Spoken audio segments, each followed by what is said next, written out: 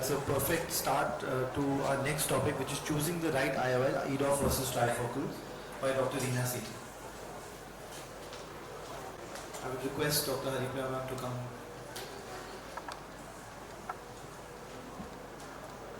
So after this discussion on different types of optimizing the results with your patients, it's very important, I think, to really understand what are we offering them, what are the extended depth of focus lenses and what are the trifocal lenses, and then on that basis, how to choose the right one for your patients. We all know now, most of our presbyopia correcting IOLs have changed the game absolutely, because now patients are coming to us demanding, to be more and more glass free. And the treatment options has become, we can offer many lenses to them. But it's very important for us as clinicians to first understand, number one, the patient's needs, and number two, which lens is going to be the right one for them and guide them. And ultimately, it has to be their choice. So we have the diffractive bifocal and the trifocals, we have the accommodating and the pseudo-accommodating lenses, and we have the EDOF, that is the extended depth of focus lenses. Now these lenses, we can categorize them, the diffractive bifocals and the trifocals, the accommodating, the extended depth of focus. To create these extended depth of focus, we know they are creating a longer, elongated focus to enhance the intermediate. These days, our important part has become like, it's almost like about 70% of our work is intermediate. Earlier, it used to be a cataract patient, yes, and we need to just correct them for distance, and they'll have reading glasses. But then, most of our patients may do without the reading glasses, but they cannot do without the intermediate vision.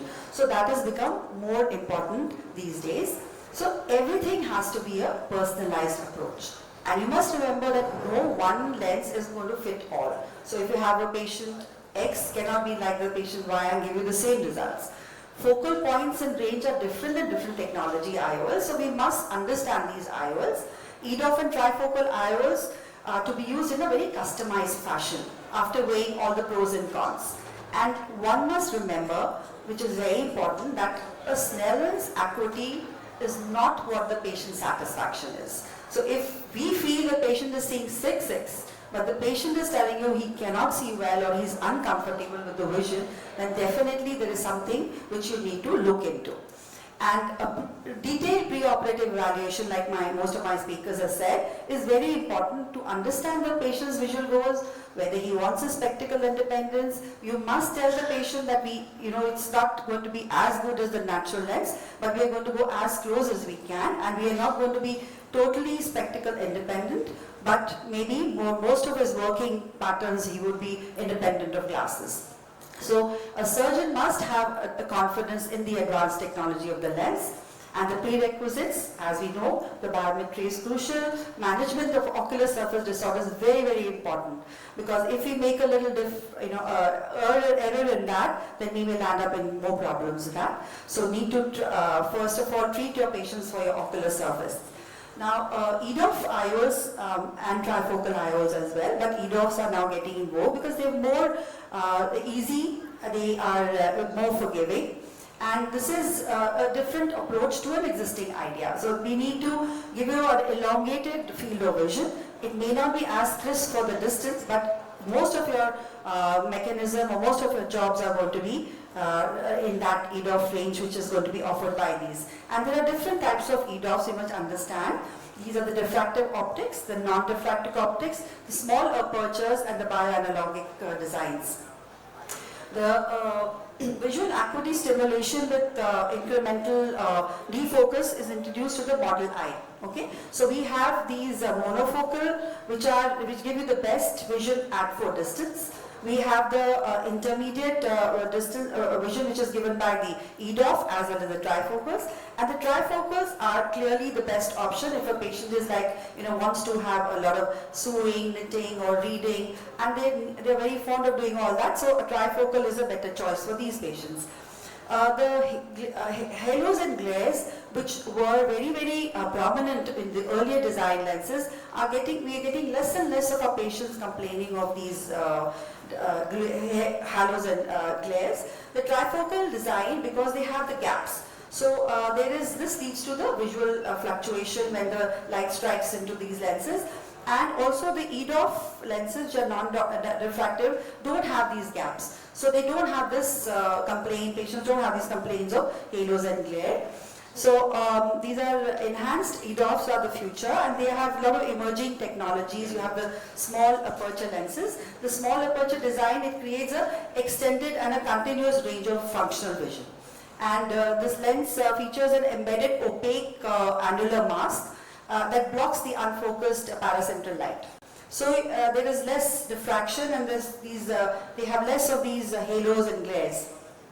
The bioanalogic design it's a unique one-piece designs are there, and then what happens in this is that the power is in the center, and it gradually decreases towards the periphery.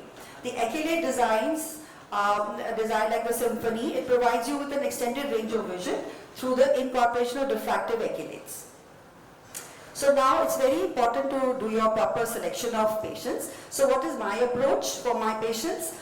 It's important, number one, to tailor the preoperative visit to the patient's unique needs. We have to give them either a questionnaire or sit down with the patient and understand, make it simple for them so that they understand what are the pros for these lenses and what are the cons for these lenses. We have to give them some questions. What is the patient's current refraction is to be understood. What are the patient's post-op visual goals, and what can the patient afford is very important, because we may think that this is the best for you, but they cannot afford it. What is my recommendation?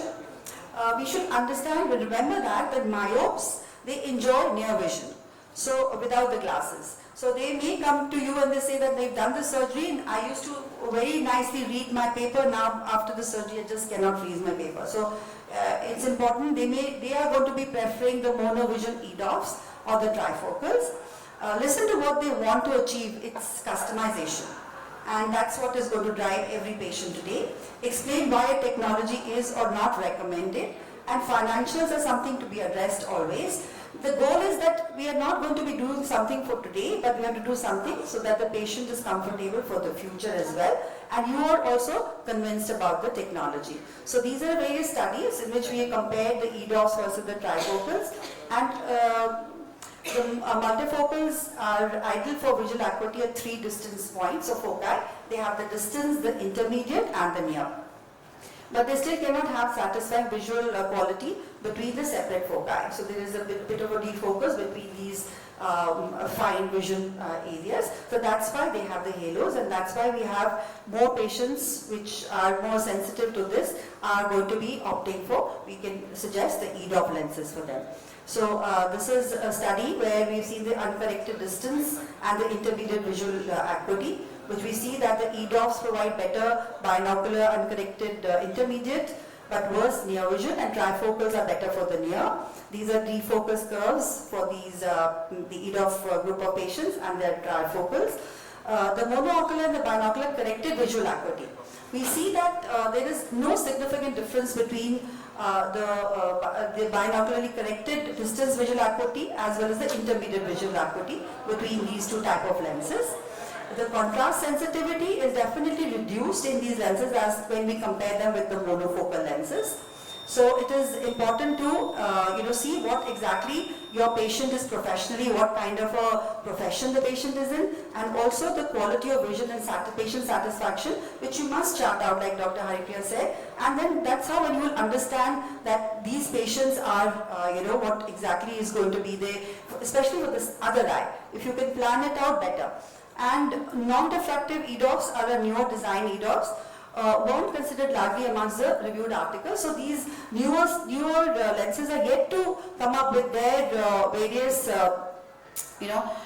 records and also the studies, because there are a lot of newer lenses that we are seeing which they come with complementing lenses. Like one eye has a little bit of a this is a micro correction in the other eye, so that you get better range of lenses as well as the near vision is also improved. So this is a comparative valuation of diffractive trifocals and new refractive extended depth of focus intraocular lenses for refractive lens exchange patients, and some patients who really don't want to wear any presbyopic correction, so you can offer these. But But it's important also to understand that we can always do a little bit of a mix and match. So supposing we can do an extended depth of focus in one eye, the other eye, which is the non-dominant, we can go in for a trifocal so that the patient can get a better range. And if the patient is not that sensitive about night driving, that this could be a good option.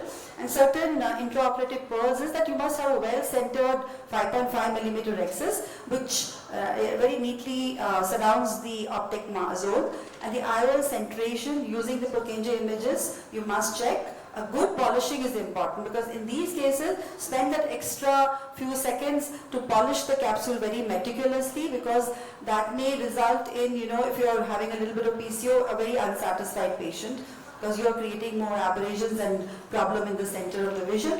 And a proper astigmatic management is very important because they are a little more unforgiving, and for proper vision they need the management of astigmatism also. So whenever there is an unhappy patient, listen to the patient, discuss and address the issue. If there is residual refractive error, then you can suggest some glasses or some ocular surface disorder, then take care of the dryness of the eyes. So in conclusion, the ball is in our court because we need to have a proper selection of patient. We need to educate the patient, accurate biometry, match the IOL with the patient's lifestyle, and last but not the least, you have to be an excellent surgeon to deliver all these results to the patient. Thank you very much. Thank you so much, ma'am. One quick comment from you on the lines of toric lenses or LRIs in your practice for multifocals and EDOFs. What is your threshold for that? Is it lesser for these as compared to monofocals? And so with limbal relaxing incisions or double incisions, we can take care of astigmatism, which is up to about 0.75 diopters.